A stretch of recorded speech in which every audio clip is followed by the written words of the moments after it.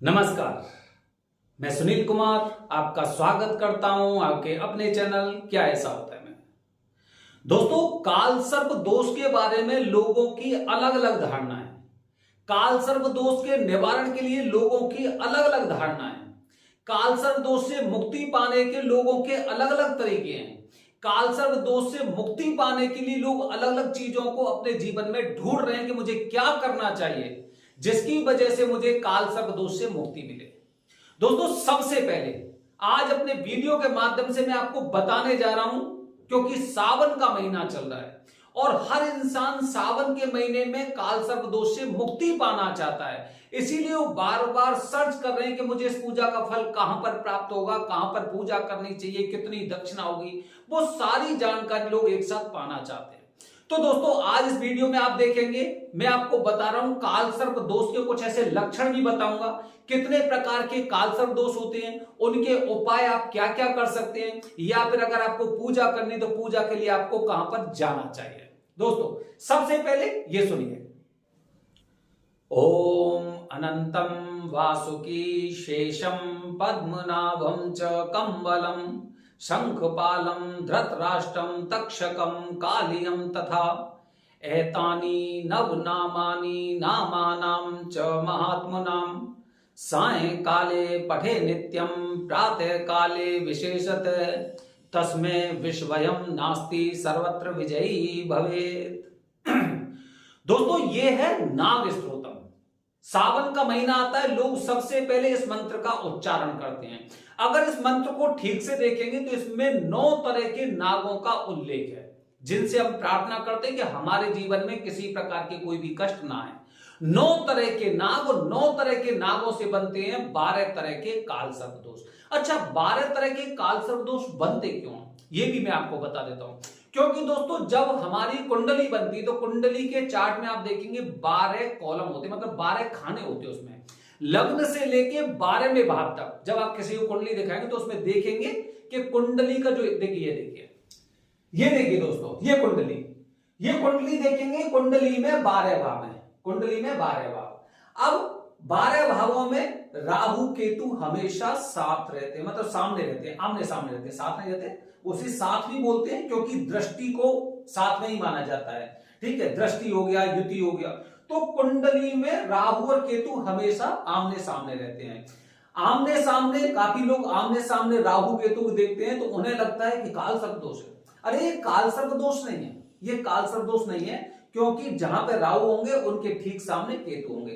तो जो 12 खाने होते हैं, जो भी 12 खाने आप ये दिखाई दे रहे हैं, यहां पे राहु और केतु हमेशा स्थान बदलते रहते हैं, एकदम इस तरह से स्थान बदलते रहेंगे कि कभी पहले भाव में, कभी दूसरे में, कभी तीसरे में, कभी चौथे में, कभी किसी में। ठीक है, तो ये 12 भाव। अब राहु जिस भाव में जाते हैं उसी के अनुसार उस दोष के बारे में पता चलता है कि ये वाला अनंत है, ये वाला वासुकी है, ये वाला कुलिक है, ये वाला शेषपाल है, ये वाला शंख है, ये पद्म है, कौन से जो भी है। ठीक है, तो उसके बारे में तब चलता है। अगर आपको इसके बारे में पता करना है कि राहु आपके कौन से भाव में है, उससे आपके जीवन के बारे में पता चल जाएगा कि आपके अंदर कैसी भावना होगी। उदाहरण के लिए दोस्तों, उदाहरण के लिए देखिए, मैंने यहां पे लिख रखा है लग्न। ठीक है, लग्न लिख रखा है, लग्न का मतलब हो गया पहला भाव।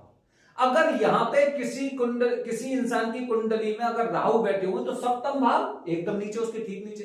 ठीक है, सप्तम भाव हो गया पार्टनरशिप का। अब देखिए, राहु की दृष्टि, राहु पहले तो हमारे खुद का नुकसान करने वाले हैं। खुद का नुकसान मतलब अत्यधिक गुस्सा, इतना गुस्से प्रवृत्ति के ये लोग रहते हैं कि ये अपने आप में ही, इनके अंदर पता नहीं कुछ ऐसी गुस्सा का एक सैलाब सा आता है कि फिर इन्हें कुछ भी दिखाई नहीं देता। अब इन्हें ये नहीं पता है कि मैं इतनी गुस्सा कर रहा हूं तो इसका प्रभाव 7वें भाव में भी जा रहा है। इसीलिए ऐसे जो लोग होते हैं, इनकी शादी में समस्या होती है, इनकी पत्नी से अनबन रहती है और इनकी पत्नी से तलाक तक के संबंध तक भी हो जाते हैं। अब दोस्तों, जैसे पहला भाव हो गया तनु का भाव। तनु मतलब स्वभाव, हमारा खुद का बॉडी स्ट्रक्चर हो गया कुंडली के अंदर पहला भाव। तो पहला क्या करेगा, पहले ये मुझे खराब करेगा, पहले खुद को खराब करता है, अत्यधिक गुस्सा से, किसी की बात ना मानना, जिद्दी होना, इस तरह के होते हैं। अगर मैं दूसरे भाव की बात करता हूं, दूसरा भाव होता है धन का। परिवार का, वाणी का, भोजन का, इस तरह का भाव होता है। मुख्यतः कुटुंब का भाव भी होता है। यहां पर रहेगा बेघटन करवाएगा। जो ज्वाइंट फैमिली होगी यहां पे ये कुछ ना कुछ ऐसी समस्या करने वाले हैं, ऐसी समस्या करने वाले हैं कि यहां पे या तो आपका पैसा बहुत ज्यादा बर्बाद हो रहा है और या फिर कुटुंब का बिखराव हो रहा है, ज्वाइंट फैमिली सेपरेट फैमिली की तरफ निकल रही है। ठीक है। अच्छा, तीसरा भाव दोस्तों, तीसरा भाव में अगर राहु बैठे रहते हैं, तीसरे भाव में अगर राहु बैठे रहते हैं तो दोस्तों इस स्थिति में, क्योंकि तीसरा भाव होता है सहज का, भाई का, साहस का, वीरता का, ऐसे लोग थोड़े से बहुत ज्यादा जल्दबाजी इसी में होते हैं। जब भी राहु यहां पे होता है तो माना जाता है कि ये बालक सबसे छोटा होगा या फिर इसका कोई भाई नहीं होगा। ठीक है, या तो छोटा होगा या तो छोटा होगा या फिर इसका कोई भाई नहीं होगा। ज्यादातर ये छोटे बच्चे होते हैं, अगर बड़े होंगे तो फिर इनके भाई नहीं होते हैं, ऐसा हमने देखा है। तो यहां पे क्या हुआ, एक सबसे पहले तो इन्होंने एक रास्ता बंद कर दिया कि ऐसे लोगों का, ये छोटे हैं, ठीक है, बड़ा भाई नहीं है। और तीसरा जो इनके अंदर की शक्ति होती है, क्योंकि तीसरा भाव होता है शक्ति का, साहस का, वीरता का होता है, ये शक्ति का वास करते हैं। मतलब शक्ति को, आपकी को गलत जगह, आपकी शक्ति को गलत जगह ये बर्बाद कर देते हैं और सही जगह पे आपकी ताकत, आपका पोटेंशियल नहीं लग पाता है। ठीक है। चौथा भाव देखते हैं दोस्तों। कुंडली में चौथा भाव इंसान के सुख का सूचक होता है। सुख, अब सुख कहां से मिलता है? सबसे पहला सुख मिलता है हमें माता से, क्योंकि माता हमें इतने लाड़ प्यार से रखती है, छोटे से लेके बड़े तक हमारी हर जरूरत को पूरा करती हैं जब तक हम बड़े नहीं हो जाते। दूध से लेके नहाने तक का हर प्रकार का कार्य माता का होता है और माता ही ये सुख का कारक होता है। माता की गोद मिल जाती है तो ये मान लो सबसे बड़ा मखमल का बिस्तर होता है। चौथा भाव माता, सुख, घर, वाहन, भवन। अगर यहां पे राहु बैठे हुए हैं तो इंसान यहां पे समस्या पैदा करता है। माता से संबंध खराब हो सकते हैं। अगर कोई वाहन लिया तो एक्सीडेंट हो रहा है, नया वाहन ले लिया, या फिर कोई घर लिया, जब से मैंने घर खरीदा तब से मुझे समस्याएं चलने लग रही हैं। मतलब सुख में बीच बीच में कुछ ना कुछ खलल डालते रहते हैं, कुछ ना कुछ खलल डालते रहते हैं। पांचवें भाव की बात करता हूं दोस्तों। पांचवा घर होता है संतान का, विद्या का, या फिर पूर्व जन्म का, कि पूर्व जन्म में के जो हमारे कर्म थे, संचित कर्म, वो यहाँ पे आके हमें भोगने हैं। दूसरा दोस्तों, क्योंकि ये घर सूर्य का भी होता है तो यहां पे जब राहु होता है तो संतान, राहु होता है तो यहां पे संतान से संबंधित समस्या आ सकती है, पढ़ाई में व्यवधान आ सकता है, या फिर कुछ ऐसे कष्ट आ सकते हैं कि हमें ऐसा लगता है कि कुछ ना कुछ समस्या है। यहां पे अगर राहु मौजूद है तो निश्चित रूप से पितृदोष भी माना जाता है, क्योंकि कुंडली के मूल त्रिकोण में ये पंचम भाव होता है, वो मुख्य भाव रखता है। ठीक है। छठवें भाव की बात करते हैं दोस्तों। छठवें भाव में राहु ज्यादातर अच्छा माना जाता है, क्योंकि ये भाव ऐसा होता है कि यहां पर ये भाव, छठवां भाव होता है, ये होता है शत्रुओं का। शत्रु हो गए, बीमारी हो गए, ऋण हो गया, किसी से उधार पैसा लिया हुआ, तो यहां पे ये इन चीजों को रोकते हैं, क्योंकि अशुभ प्रभाव देने। अब शत्रु जब कहते हैं ना कि जैसे चोर के हाथ में चाबी देती तो कौन चोरी करेगा, तो यहां पे जब राहु बैठे रहते तो आपका कोई कुछ करने वाला नहीं है, बस उसे एक अच्छी पावर देने के लिए लोग पूजा करने जाते हैं। ठीक है। क्योंकि जब पूरी शक्ति भी हम नहीं चाहते, पूरी शक्ति उस चोर के हाथ में दे दी तो वो भी नहीं करना चाहिए। तो छठवां भाव ये होगा। सातवें भाव में राहु, सातवें भाव में पार्टनरशिप, पति पत्नी, पति पत्नी में तनाव, या फिर कहते हैं ना मनमुटाव हो गया, तलाक तक की नौबत आ गई, या कुछ ऐसी समस्या हो गई, पति पत्नी का सुख मिला ही नहीं, एक तरह से ऐसे लेके चलते हैं। ठीक है। क्योंकि गुस्सा और अति गुस्सा और क्रोध की वजह से सातवां भाव खराब हो जाता है। इसी प्रकार अगर किसी के साथ हम पार्टनरशिप करते हैं तो वहां पर भी हमें इसी प्रकार की समस्या आनी है। अच्छा, आठवें भाव की बात करता हूं दोस्तों। आठवां भाव होता है आयु से संबंधित, आयु हो गई, आध्यात्मिक हो गया, यहां पे होता है। तो यहां पे ये राहु ना थोड़ा सा हमारी आयु समय, जैसे कि एक्सीडेंट, दुर्घटना, जब ऐसी स्थिति होती है, क्योंकि ये शनि का घर भी माना जाता है, एक तरह से अष्टम भाव को शनि का घर बोलते हैं। लेकिन यहां पे जब राहु होते हैं तो जीवन में कुछ ना कुछ दुर्घटनाएं देकर जाते हैं, दुर्घटना देके जाते हैं। तो यहाँ के राहु को भी हमें शांत करना चाहिए, क्योंकि इनकी दृष्टि दूसरे भाव पे होगी, कुटुंब वाले पे। अच्छा, नवे भाव की बात करते हैं दोस्तों। नवा भाव होता है पिता का, पिता का भाव होता है, कर्म से संबंधित होता है, आध्यात्मिक ज्ञान इससे प्राप्त होता है, सातवें भाव से। लेकिन यहाँ पे अशुभ ग्रह राहु बैठे हुए तो निश्चित रूप से भाव पिता का होता है। पिता से संबंध खराब कर सकते हैं, पिता की हर बात खराब लग सकती है, पिता की बातों पे गुस्सा कर सकते हैं, बार बार घर छोड़कर जा सकते हैं, पिता को कष्ट देने वाले होते हैं ऐसे बच्चे ज्यादातर। ठीक है। लेकिन पिता का इसमें कोई रोल नहीं होता है, क्योंकि पिता इनको उसी तरह चाहते हैं जिस प्रकार से इनके और अन्य बच्चे होते हैं। 10वें भाव की बात करता हूं दोस्तों। 10वें भाव में अगर राहु होते हैं, 10वां भाव होता है कारोबार का, व्यवसाय का भाव होता है। यहां पर जब राहु रहते हैं तो हमने कहते हैं ना कि हमने अलग अलग प्रकार के, यानी कितने हमने बिजनेस चेंज कर दिए, हमने कितनी नौकरी चेंज कर दी, हमने सब कुछ चेंज कर दिया, लेकिन पता नहीं बार बार इस तरह की, कभी ऊपर उठते हैं फिर नीचे घुस जाते हैं, फिर ऊपर उठते हैं फिर नीचे हो जाते हैं। तो यहां पे व्यापार से संबंधित कारोबार में, कारोबार स्थल में, आपके ऑफिस में समस्या पैदा कर सकते हैं यहां पे, ठीक है। अच्छा, इसके बाद 11वें भाव की दोस्तों हम बात करते हैं, तो 11वें भाव होता है लाभ से संबंधित, लाभ। अब यहां पे क्या होता है, यहां पे राहु होते हैं तो राहु आपको सपने दिखाते हैं लाभ से संबंधित। आपने देखा हो ज्यादातर जितने ट्रेडिंग कर रहे हैं, शेयर मार्केट में लोग हैं, इनके 11वें भाव में राहु, ज्यादातर राहु ऐसा होता है कि पैसा थोड़ा थोड़ा थोड़ा थोड़ा देके और एक बार में पूरा पैसा खींच लिया। खींच लिया मतलब नष्ट कर दिया, बर्बाद कर दिया। तो यहां पे ये सपने दिखाते हैं कि आपको लाभ होने वाला, मैं अगर ऐसा कर दूंगा तो मुझे बहुत ज्यादा लाभ होगा। काफी लोग इसी प्रकार का व्यवसाय करते हैं और उन्हें बहुत ज्यादा नुकसान हो जाता है।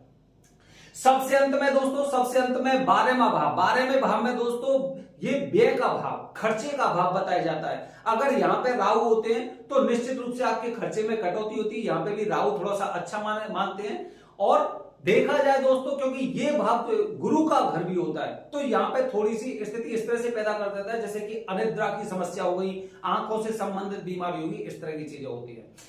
तो दोस्तों ये मैंने आपको बताया कुंडली के अनुसार 12 तरह के कालसर्प दोष, और 12 तरह के कालसर्प दोष में कौन से भाव में राहु के होने से किस तरह का प्रभाव होगा, ये बताया। अच्छा, अब दोस्तों इसके कुछ उपाय होते हैं, इसके कुछ निवारण होते हैं। निवारण में दोस्तों, अगर आपको किसी भी प्रकार से राहु तंग कर रहा है, अगर राहु तीसरे भाव में, छठे भाव में नहीं है, तो इन दोनों भाव को छोड़ देते हैं, क्योंकि अगर यहाँ पे राहु रहते हैं, यहाँ पे इन दोनों भाव में कोई अशुभ ग्रह रहते हैं तो आपको अच्छा फल देते हैं। इसके अलावा 10 भाव में कहीं पे भी अगर राहु है तो आपको कुछ उपाय घर पर करने चाहिए, लेकिन बिना कुंडली के विश्लेषण से आपको नहीं करना चाहिए, बिना कुंडली के।